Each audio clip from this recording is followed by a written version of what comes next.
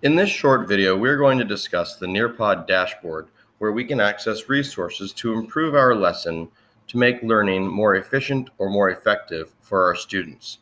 You'll notice in the upper left-hand corner I have the home icon, and that will take me to my library in the main window. In my library, you'll notice it's organized by folders.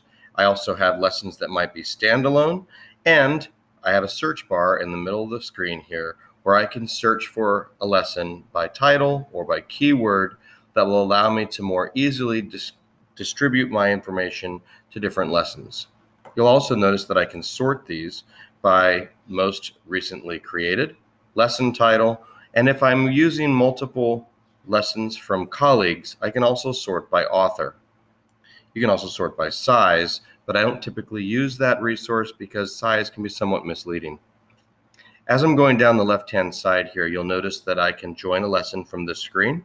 I also have access to the relatively public libraries. We have the Nearpod library, where most resources are free or at very low cost.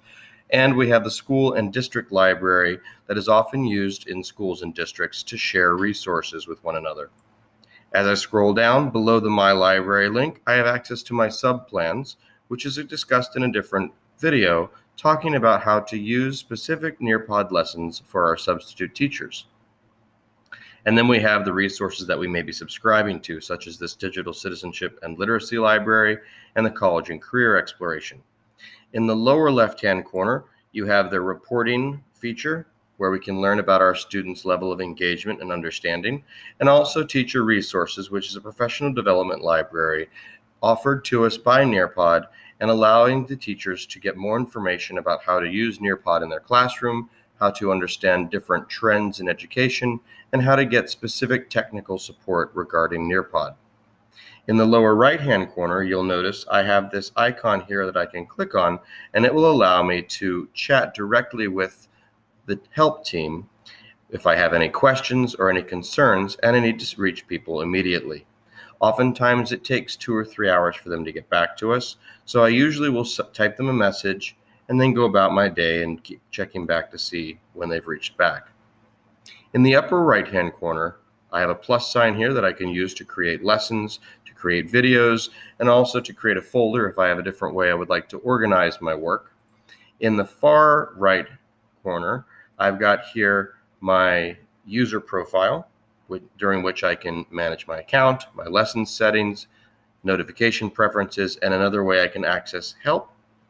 And then this new feature is the quick launch. Normally with Nearpod, you had to create a lesson that used certain features. However, Nearpod has responded to a need where we might need to create an open-ended question or a collaboration or maybe some sort of free-form response in the middle of a lesson or in the middle of another activity.